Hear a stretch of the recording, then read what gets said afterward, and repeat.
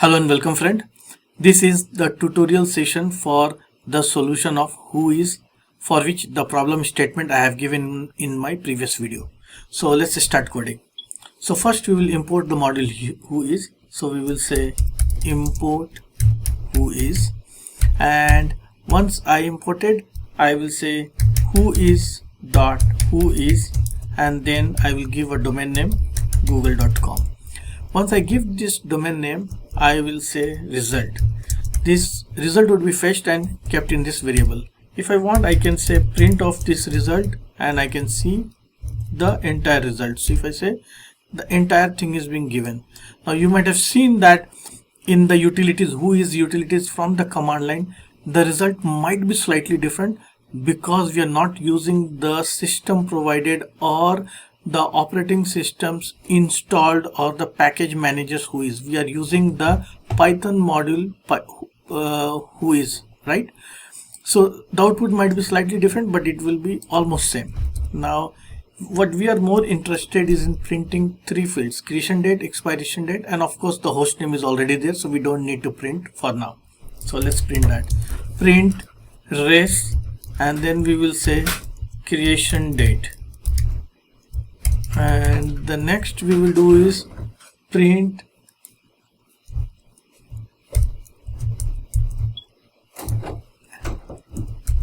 expiration date. So creation date, and then we'll say expiration date. So let's do this. Let's print those two things rather than printing everything and see the output. So if I run that, I have to save it. So the first portion is the creation date and the second portion is the expiration date, and of course this time format is in GMT format, so we will have to convert. So this time format is in GMT format, so we will have to convert, but as of now let's not convert it. Let's keep as it is to make things simpler. Now since this is being done, I wanted to wrap this in a function so that I can call it repeatedly with different domain name. Like instead of google.com, I can call it with something else as well. I don't need to change. So let's do that. So def, I say who is data, and then I'll pass a variable called host, and this host would be substituted here. So what I will do now is make an indentation, and instead of Google, just make it host. Now of course this function, this is a function, then this function needs to be called. So what I will do is I'll call like this,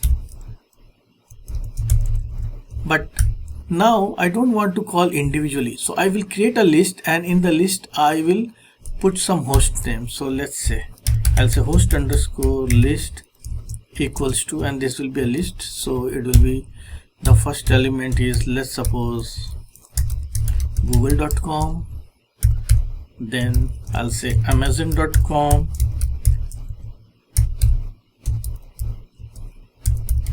microsoft.com, all the FANG companies I'm putting somehow. Okay, now since we wanted to do for all those three, so I will say for host in host list, and then we will do this. So what it will do, it will go one by one and it will fetch me the data. And of course when we are printing this, now we are printing for multiple things, so I would like to print the host name. So we'll say print, and whatever host has been passed, we'll print that, and we'll give a line so that we can easily identify each element from the another. Once I run this, it will give me output like this. So first is Google, it gave me some data, then Amazon, it gave me some data, and the third Microsoft.com, it gives closing socket, but it still gave me the data. So now there might be some socket problem. The reason being, when you query whois very fast one after the another, they think there might be robot or something. They wanted to slow it down because they don't want their server to be affected. So if I do after 1 second, second by second, this problem will go away. Now here's the thing, we got all the three. Now let's suppose you are doing some kind of a work and you have a list of domain, but one of the domain name is wrong, or it's not found, or there is some problem in fetching the data itself. Like you should make sure that the data which is there is always correct. However, if it is not correct, you have to do error handling. So now let's suppose if there is a wrong data, I will say a domain like notfounders.com. I believe this does not exist, but let's try.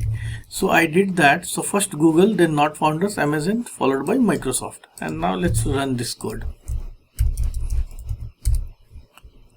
So you will see, okay, there has to be a new comma here. It should be separated by comma.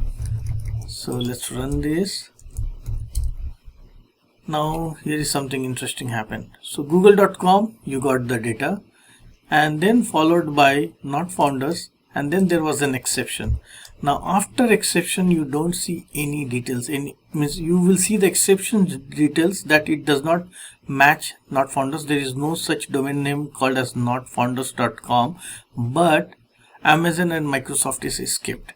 The reason is because once we call whois with each of this domain, and if there is an exception and we are not catching the exception, it will not go any further. The program will terminate there. So whenever there is an exception, you have to catch the exception. We are not catching it.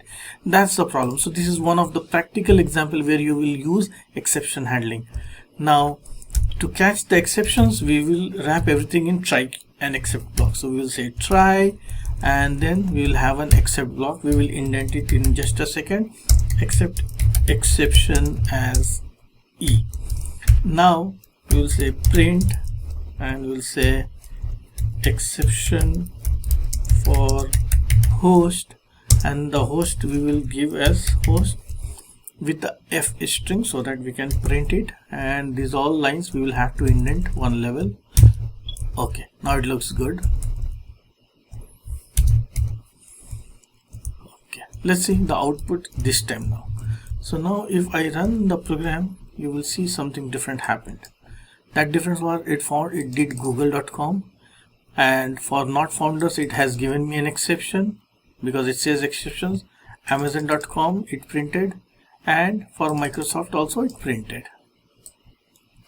Now what is it that we want to print more when the exception has occurred? We can also print the E, the exception object, and see what is the detail it gives. Of course it's not necessary, but sometimes you may want to do that. So once you run again with E, so you will see now here some more interesting data. Exception for host no founders, which is this exceptions for host, and the host name is notfounders.com, and then followed by the exception object. Now from here, no match for not founders. These are all the details of the exception objects. And then we have another one, Amazon.com and Microsoft.com. So that way you can have exception handle, and you can have a list of hosts which has some problem, but still your program will not stop. Now of course there might be multiple levels of exceptions can occur. We are just looking at two fields, creation date and expiration date. There might be other dates, and then sometimes the dates are in list format like this date. You will see it's a list, it's in angle bracket. However, for Microsoft you will see there is not a list. So sometimes the date does gives in a list because multiple domains and subdomains, if they are registered 1 or 2 days far apart, then they will give you a list. Like this was registered on 31st and the same domain was registered on 30th. There might be subdomain, I'm not sure about that, but the point is there might be a list, and then there might be a date, which is a date object. It could be a string object.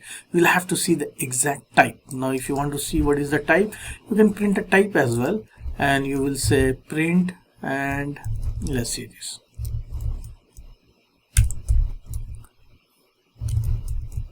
And instead of pressing just the type, you'll say type. I'm looking for expiration date type.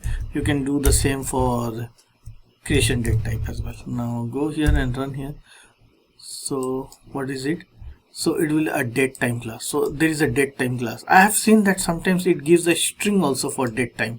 So now if it's a date time, then you will have to convert to appropriate date. So you keep on building. So start with a small concept, then you keep on adding features, keep on building, handle exceptions, try to make it better, try to handle other sort of errors and what we should do in terms of errors. And if there is some functionality, now let's suppose date time conversion is there.